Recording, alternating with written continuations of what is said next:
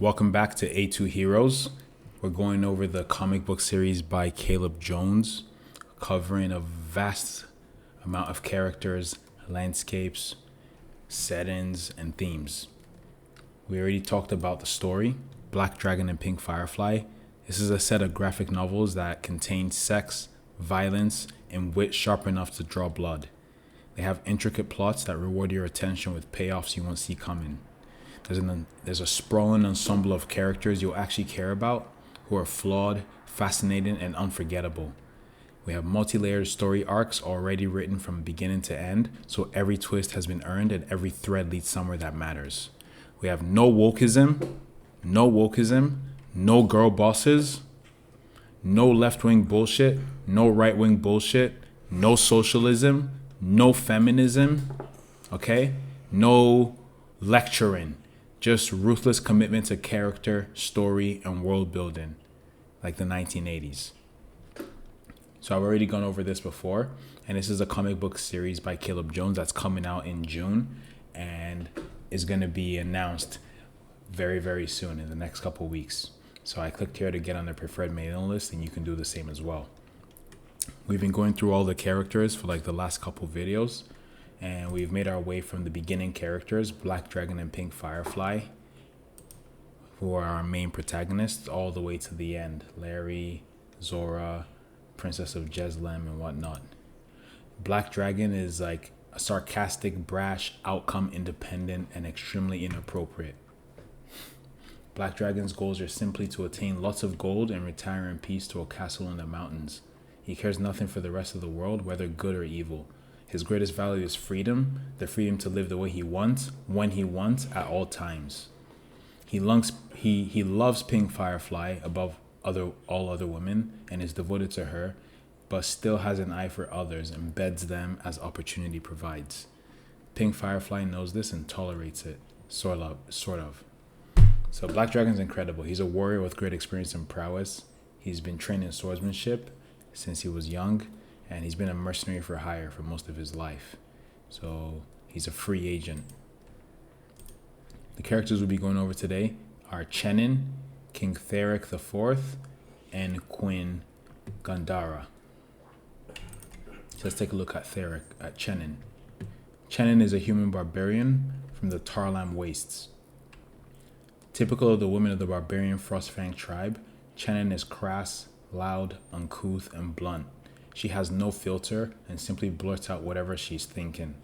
She loves her husband Torvek and her baby son Brannick with a white hot fire and would follow him into hell itself. She would probably enjoy that sort of thing. Chenning's weapon of choice is throwing axes, which she wields with great skill. She's also stronger than a typical human woman, a result of a lifetime in harsh Tarlam wastes. Nice. I love Chenning. She looks really cool. Barbarian woman, ready for war, smoking and deadly. Nice. Chenning is incredible. Let's look at our next character here, King Theric IV. King Theric IV is a human king of Clore, and he was once a wise and strong ruler, but that was a long time ago. Today, the king can't remember what he ate for breakfast, much less how to rule his kingdom.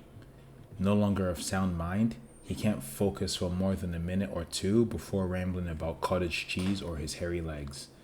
This has, unfortunately, allowed other forces secretly rule the kingdom of Clore, namely Draven. So what are the king's powers? Individually, King Theric IV is weak with no physical prowess nor magical powers. However, he's still the king of Clore, and though Clore is not a large or powerful kingdom, the king has access to armies, riches, and other vast resources. Nice. Very cool. I like King Theric. He was once a great man, but now is sunken into old age and like depravity.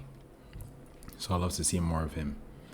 The last character here that we have today is Queen Gwyndara. Queen Gwyndara. She's a human queen of Clore, and she's gentle, kind, submissive, and a little sad.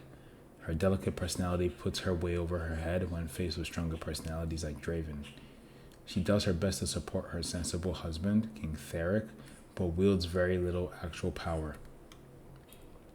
Her only goal is to be a good queen and perform the duties of such a title, namely to bear an heir for the king, which she has been unable to do so far.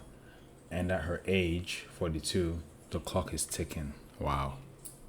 Effectively, none. She has no powers, other than the authority she wields as the Queen of Clore. She is at the mercy of stronger people. Nice. I like that. And that brings us to our end of A2 Heroes character cast that we'll be seeing in the upcoming series. Take a look at the earlier videos for more of the characters, and you'll find the entire canon of characters that readers will be following throughout their journeys. From Black Dragon to Pink Firefly, Larry to Baby Zora, Butternut to Ruslan Shattershield, Queen Strang to Princess of Jeslam, Barlow the Abundant to Matron Sindrith, Fuzzlewax to White Dragon, Dark Firefly to Elendris, Brune Kroll to Veilray, Swilene Sunweave to Draven Goldsunder, Darcis to Torvek Frostfang, Chenning to King Theric IV, and finally, and best of all, my favorite character, Queen Gwyndara, the kind and gentle queen. Tune in next episode.